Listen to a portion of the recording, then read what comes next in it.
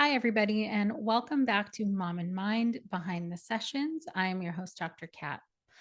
I want to talk about what I think is on everybody's mind and what is certainly showing up in therapy, and that is the end of the year and the holidays, holiday season, if you will, in December. So, this is a time where obviously, if you can and want to, you're getting together with families. If you don't want to, sometimes you're getting together with your family. And there's a lot of conflicted feelings that come up around the holidays for people during this time. You might be going into this holiday season with, um, the feelings of, well, at least what you want the feelings of the holiday to be, potentially hopes for what it can be like. You might also be going into it with, I don't know, potential dread of what it's going to be like or who you have to be around. And what I really, really, really want to get across in our chat today is that holidays are stressful. That, I mean, can go without saying, but I think there's still so much pressure for people to be happy and cheerful and joyous and whatever all of those holiday words are. Um, and some people just aren't. And it's okay. And we should be talking about the real impact that the holidays have on us. There's so many different directions we could go on this topic. There's a couple that I want to focus on. One is right now, people are in anticipation of being around family, are in anticipation of wanting to like fulfill people's expectations, worried that expectations won't be filled, worried that people are going to be upset if they don't get all the presents that they want. And so, anyways, my point is there are a lot of stressors that start to come up. And this really contributes to the mental load, especially for the person who's in charge of most of the details. Um, and when that person who's in charge of most of the details is also pregnant or recently experienced a loss of a pregnancy or they're postpartum or they're trying to conceive, they're already spread very thin. So you have the experience of a full, life transition or moving towards a big life event. And then you add in some holiday magic to that, and you have a high level of stress. And then you also add into that the fears or worries about the cold and flu season, you getting sick, your child getting sick, your newborn getting sick, having to worry about setting boundaries with people that you don't normally have to set boundaries with. Like, for instance, what do you do with your newborn if you are going to be around a bunch of people? Is it okay to keep the newborn, like tucked away in a baby carrier or not even hang out with anybody? What are they going to say? What are they going to think? Are you being overly anxious? Are they going to think you're too anxious? So a whole host of questions can come up just from how to keep yourself illness free during a cold and flu season, how to keep your baby or your pregnancy safe from illness, who's going to do the decorating and the meal planning and the schedule for the day or days. If you are somebody who's in this type of scenario, you're in your whatever reproductive phase that you're also responsible for a lot of these details. You're also worried about some safety issues by way of illness or sickness. I think it's worthwhile to really take stock of what your stressors are going into this last part of the year. In part because what happens is, you let's say you've had and in the past, let's say you were in charge of all of those things and you liked to do them, or even if you didn't like to do them, you knew how to do them and you got them done. Well, sometimes the pressure going in to the holidays can be that you have to do all of the things that you've always done, plus do all of the new things like baby related stuff, and think about all of the new things like what the baby needs and illness and all that stuff. But that new part of the equation isn't always taken into account. And and sometimes you can forget that your workload might have doubled since last holiday season, um, or tripled, or whatever amount you want to call it. But the point is that it's more than it used to be. And the pressure on you, whether internally from yourself or externally from people around you, is that you're going to do the things that you've always done. And internally, you can feel like you've got to do all of those things well, plus all of the new stuff. And I'm right now only talking about the things that need to be done. Let's also talk about the emotional labor of the holidays, making sure everything's even or equal, or that you're not leaving anybody out, or that you're going to be around people that you don't want to be around, and what kind of toll that takes, or that you can't be around people that you really want to be around, and what grief might come with that. Or if you're dealing with depression or anxiety or any kind of mental health condition that's making it feel like all of those other tasks and responsibilities and labor is like walking through mud. Some people, and this might be you, also feel the grief of not being able to do the things that you used to do or feel the way that you used to feel during the holiday season. And, I mean, there's a little bit of irony here that we say, happy holidays, or whatever it is that you say, whatever your holiday is, while at the same time, you might be feeling incredible amounts of stress or sadness. And what a lot of people feel during this time is grief. And grief can come in so many different forms. It's not necessarily the loss of a person always. It could be the loss of a relationship, the loss of time, the loss of hope, um, that you didn't have the experience that you wanted to have, that you don't have the baby with you that you want to have yet, or you don't have the baby with you that you want to have.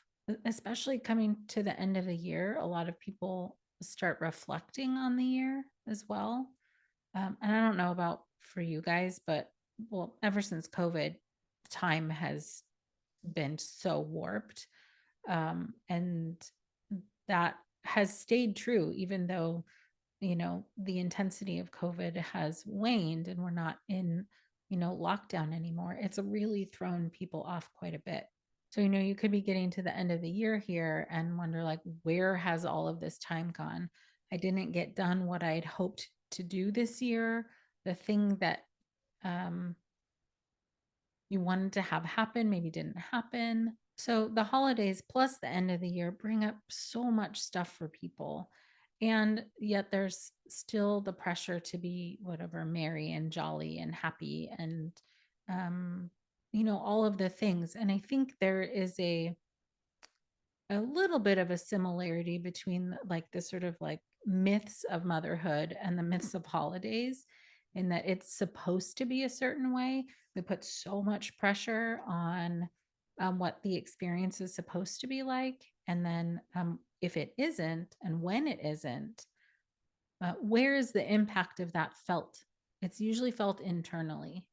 It's, with a lot of the things that we talk about on this podcast, things are internalized, or we take on the blame or the guilt or the shame of something and feel it internally. It's not like we sit back and list out all of the things that are impacting us and all of the things that we've felt throughout the year that give us the explanation for why we feel the way we feel. We just feel bad.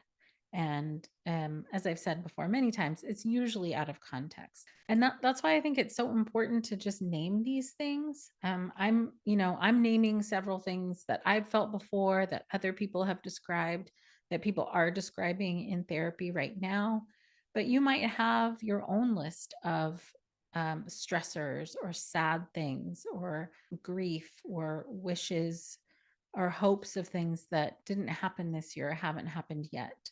And what I think is a, a bit unique about holidays in general and holiday gatherings in general is that you may be able to pack some of that away somewhere, in your head or out of mind, out of sight, out of mind. But there is something that happens when you're in and around people, especially family, where your relationship with them might be bringing up things that you hadn't thought about in a while or haven't had to face in a while, or things that you actually don't ever want to think about or deal with or face. And I don't mean to say that every family gathering is upsetting. Um, the point of talking about these topics is that all the great, lovely, wonderful stuff is discussed already. All of the joyful, happy, merry, all that stuff. Sure, like that's a hope. I hope people feel that during their holiday season, and that you are able to find those moments of peace or happiness, um, or joyfulness and connection and love and all of that. I want that for you. I want that for everybody. But what doesn't get a lot of airtime is this other kind of darker side of our experience during the holidays. I just know that it is worthwhile to sit with yourself for a moment and take stock of what is stressful for you, what is contributing to your stress, um, what you don't want to do. Like you can decide to not do the things you've always done, and it's okay. I've been hearing this a lot that people are like feeling the pressure to, uphold certain traditions, or um, that everybody's supposed to come to their house. Well, you don't have to do the thing just because it's always been done. You can give yourself permission to do something different. People might be upset and people might be fine with it. But my point is, what are the things that you've always done that you don't want to do? Are there things that you do want to do that you haven't had the chance to do before? And try to get the lay of the land of what you want your experience to be like, as opposed to what it can feel like is that you're just having an experience and waiting for it to be over. That is more true, obviously, for things that are difficult, or bad, and but acknowledging that things are hard and that you are stressed out or that you are sad or that you are grieving is totally worth your time. You are worth that. Even if you don't tell anybody about it and nothing changes and you do the same old thing that you've always done, and you're exhausted at the end of it, and you tell yourself, I'm not going to do that again next year, at least you've started the conversation with yourself so that things can change for next year. So this can look really concrete. I mean, you can just get a piece of paper or use your app on your phone or whatever, your notes, um, and start listing out the things that contribute to your stress, the things that you want to keep as a tradition or keep as a job or a task that you have, a list of things that you'd like for other people to do and who can do that. These are just ideas. You can certainly use your own intuition and your own thought process to guide you, but starting to be like real with yourself about how you're doing and about how you feel can help you not just white knuckle it through the holidays. It can help kind of guide your mind and your heart to a place where you're making different choices for yourself. You're asking different things of other people around you. And that could happen. Again, as I said, it doesn't have to happen that you have a bunch of conversations with a bunch of people and start flipping tables and tell everyone, I'm not going to do this anymore. What I'm stating is that once you start to take stock of the stress that the holidays bring, the stresses that are contributing to that, is that it can start to feel less out of control. Less out of control in the sense that things aren't just happening to you and without your consent or your knowledge, or you're on this like runaway train of the holidays, that you can begin to understand why you might feel the way that you feel, so that you can stop blaming yourself for it, or that you can reduce some of your guilt and or shame about, the pressures that you're feeling, the insecurities that you have, the worries that you have about what other people will think and feel. I mean, it's just too much pressure. It is too much pressure. Well, I'll give you an example of what I mean. So, for people who are kind of just starting a family or just beginning to have kids, or are in the process of, trying to be pregnant, um, who've experienced a loss, even the dynamic in the overall family and your family of origin shifts. So let's say every other year you switch off between your family and your partner's family, and you go to everyone, wherever they are. But let's say this year there's a new baby in the picture, in your with you and your partner. You might be feeling how difficult it is to now go to everybody when you have the infant or the newborn, or um, the kids. Maybe you have, a couple of little kids, how much harder it is to do that work. So let's say you and your partner are talking about, like, maybe we don't want to do that anymore, or maybe we don't want to do that this year. Maybe you want to start your own traditions, and have things at your own house with your smaller family. Let's say you and your new baby or your two kids. Well, some families will be okay with that and understand that, and other families will be upset and want you to do what you've always done, come to them, and not, you know, make, like, quote unquote, make things difficult for everybody. Let's just say. Well, this would be like a major, major shift. What I've already heard, since like pre-Thanksgiving, is that family members are getting upset about this. Well, clients who do have, um, new babies are not really looking forward to putting out the amount of effort that it takes to go somewhere else, or they don't want people coming to their house because they have no kind of control over when people leave. Again, it's like situation dependent and depends on what your needs are. But this is a major change, let's just say, from how things have always been done to, how you might be thinking that you want things to change, and then how things might look in the future. And some family systems cope with change well, and some, not so much. So this can create tension. If the family system is not cool with it, it can create tension and upset feelings and misunderstandings. And it's also a fairly normalish part of, um, change in family systems, is that the needs of some of the individuals in the family might change, so that the traditions change and look a little different. But so this is a stress. That would be a stressor. And maybe if that's your situation, you know that you don't have the bandwidth to change it this year, but maybe being aware that that is a thing that you want to create your own traditions at your own home. That can be a goal for you for next year, if you have a different, bandwidth, or you have a different capacity to be able to set boundaries. So that's just an example of noticing a stress, noticing a change, noticing your needs, and, I mean, thinking about it for a moment. Is that something you can attend to now, or is that something you want to change later? Trying to pull these things into your awareness, um, so that they are not just happening, so that you can make different decisions about it, is one powerful, sometimes difficult, but powerful way to cope with stress.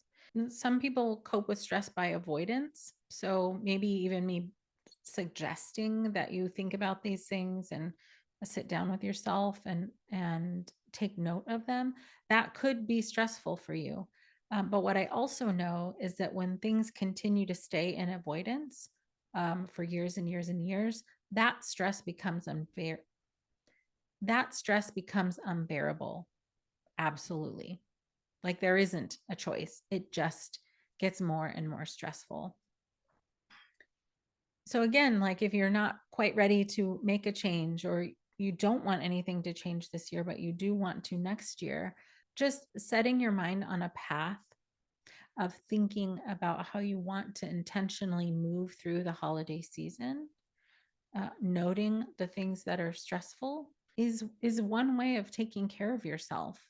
It's one way of taking care of your immediate family's needs um, in a different way. So, just to kind of recap a little bit, the goal of looking at your stressors and understanding how they're impacting you is so that you can manage your stress in a different way. One of those ways is to set different boundaries. So, a more concrete example of that could be like instead of spending 6 hours at a family member's house, you spend 3 hours, and you let them know ahead of time that you have other commitments or that that's what you can do this year and you love them and all that stuff. And also it's going to, that's the time that you have to give this year. So it can be a time limit, a time boundary. It can be a task boundary. So something that you are not willing to do that you used to do, or doing something differently. So let's say um, every year you make all of the food, as an example. This year you could decide that it's a potluck, or that you'll cook the three mains and everyone else brings something else, so that you can limit the amount of work that you have to do. You can set different emotional boundaries. So this can look like not engaging in a discussion that you know is going to be stressful. Like if there is one person in your family that always wants to, let's say, two really hot topics, let's say religion or politics, that they always want to get into it. And this year, while those things are important to you, this year is not the year that you feel like you can or want to put out that kind of energy. You can decide that you don't want to engage in those discussions this year or with that person, if that particular person you're thinking of stresses you out. So those are tools that have to do with managing your outward effort, your interactions with other people, your time expressed, your time spent. But what about internally? What kinds of things do you already do that help you feel less stressed out internally? That could be, do you have a favorite breathing practice? Is yoga something that's important to you to do every day? Do you enjoy walks during cool weather? Is that something that is sort of just you, that you can do for you? Like, so take stock of what you already do. And if there isn't enough on your list for you right now, or this year, or ever, you can start adding those things in. It doesn't have to look like, you go out of your house and do an hour of yoga or Pilates somewhere else. You can take 5 minutes for yourself and go into another room, and just do some deep breathing. You can take 5 minutes and just do some stretching. So it doesn't have to break the bank. It doesn't have to take all the time in the world. But what I really love about small amounts of time, intentional self care, is that it's definitely doable, even with a busy schedule. It The key is the intentional part, is taking that 5 minutes, 10 minutes, or whatever time you end up needing, um, to help your body, help your mind rest and relax and recoup from all that's going on, from the list making, from the task completions, from the, um, attending to everybody else's emotional needs. Unfortunately, most of the time, people aren't going to step in and do that for you, or like tell you to go or suggest that you go take care of yourself. That'd be great. Sometimes it does happen. Um, but if you are just in the rush of the holidays and you're in the middle of, like, whatever, doing all of your hormone shots, or, you know, taking care of um, baby stuff, or whatever is on your list of things that you're just automatically doing all the time, if you don't find in there somewhere to take an intentional break, it will be like a runaway train. It just keeps going. So, with that, I hope, and I encourage you to think about what your stressors are, what your needs are, what changes might be important to you, and then decide, is that something you can do now or can do later, or need to do at some other time, some other year, even. And what can you do for yourself internally to manage the overwhelm of what you might be experiencing?